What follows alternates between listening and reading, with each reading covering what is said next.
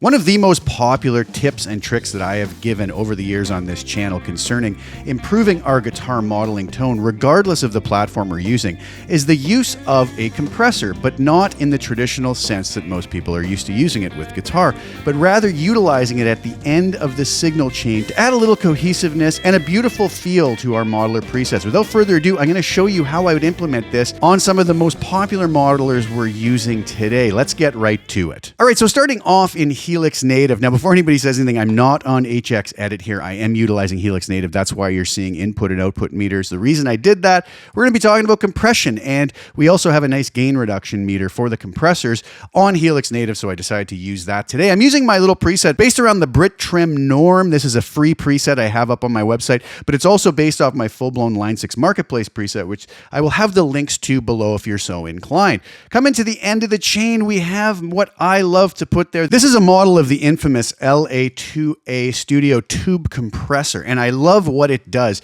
Now, the thing we have to keep in mind in all the instances, not just here on Helix Native, but on the other modelers as well, I'm not looking to use the compressor as a hammer. I'm looking for an extremely subtle approach. If we look at the gain reduction meter, this here first number signifies minus 3 dB of gain reduction the compressor will be using. So if I play this, you'll notice that when I'm even hitting hard, I'm getting at most 1 to maybe 2, maybe even just around 1.5 dB of gain reduction. That's going to be the key. I'd rather not hear this as much as feel it, if that makes sense. I'm just trying to get this so it's going to sit nicer in a mix, just have an overall more polished sound that feels really nice to play. So if I turn this off versus on,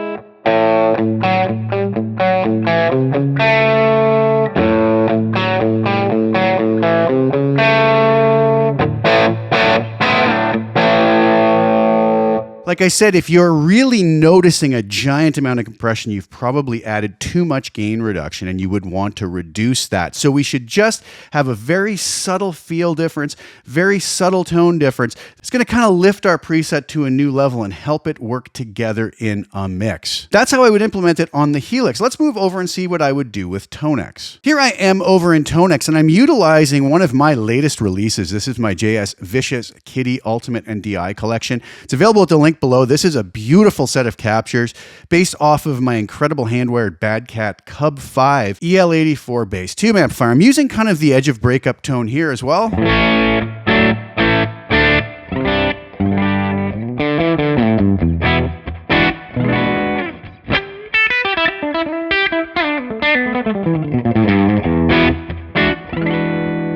Really loving those tones. Now, with the compressor on ToneX, we have the ability, you'll notice I have this selected, to either go pre or post. Now, pre is obviously going to have the compressor before the amplifier. This is a valid way of using it as well. We could use it as a boost to hit the front of the amp model harder and saturate it more, or just as a normal standard style compressor where we want to have that unaffected guitar compressed rather than the affected tone that has already gone through the tone model. But for our purposes here, I usually set this in post so that the compressor is after the tone model. Now, in this case, we don't have the ability to put it after the reverb. Even if we move the reverb or the delay around, we can't put the delay before everything. But we're kind of stuck with the compressor here in the chain, which is fine. It's okay, you know? So the settings I would use on this would be the attack on the fastest setting.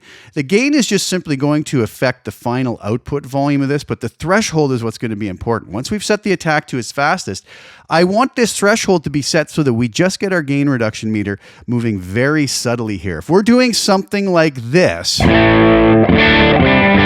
we're probably going to kind of destroy our tone. Way too much compression. So I'm going to bring this back around 11.5. You'll see that when I'm hitting nice and hard here,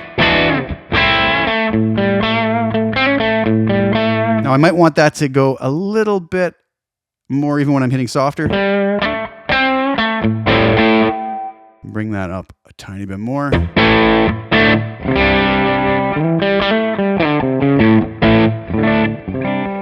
That's probably where I would want that. Let's just bring that gain back a bit.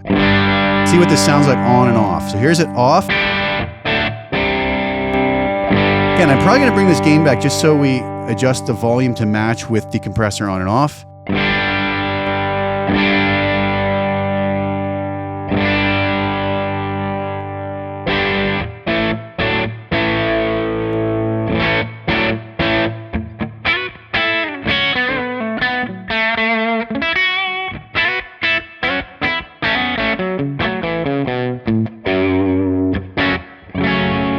Hear the difference again, extremely subtle.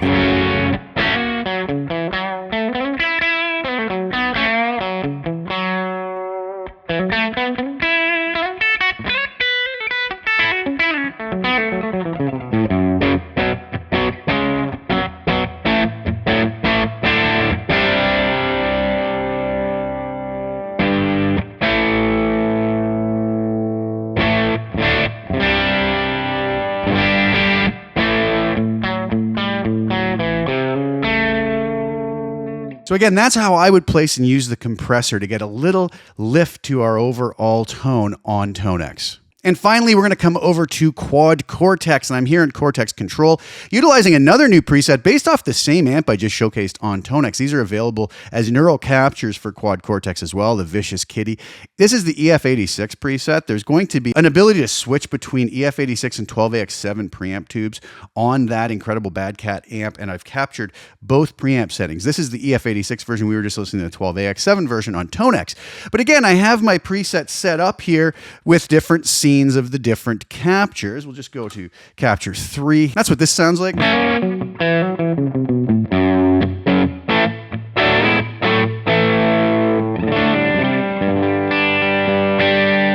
Now, if you notice, my compressor of choice here at the end of the chain for Quad Cortex is the Optocomp. And I have it in stereo because I want to keep this preset in stereo. We could also use the mono version if our whole preset is just in mono.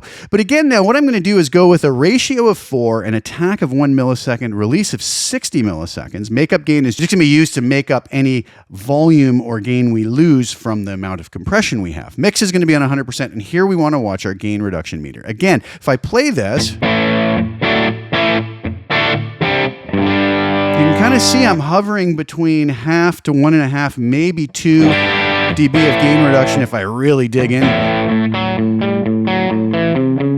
We were going to control that. Remember our setting here, minus 20.3. If I bring this threshold way down, you're going to see that our gain reduction is going to go way up. It's going to really squash our sound, not really what we want. So we want to carefully adjust this to just be kissing the sound.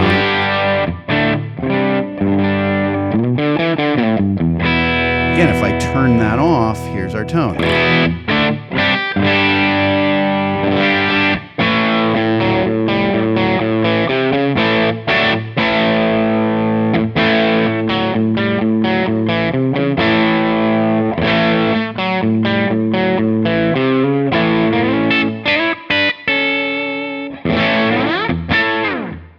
So that is how I would implement that on the Quad Cortex. So I hope you find that helpful. Really be careful when you are experimenting with this to not go too heavy-handed. Some of the folks have reached out to me and said, I put that compressor on and it just destroyed the sound. Everything was terrible. It destroyed my reverbs. It destroyed my delays. It just, everything fell apart. And then when you dig a little further with the folks who are saying those things, you find out that they're not using it in an appropriate manner, setting thresholds too high and adding far too much squish and compression to the sound. So we got to be very careful. This is more of a finesse move than it is hitting it with a sledgehammer. So I hope that helps. I hope you guys enjoyed that. I have the links below to all the tones that you heard in today's video. So if you're so inclined and want to grab yourself some of those, they are available below. Thanks again so much for tuning in.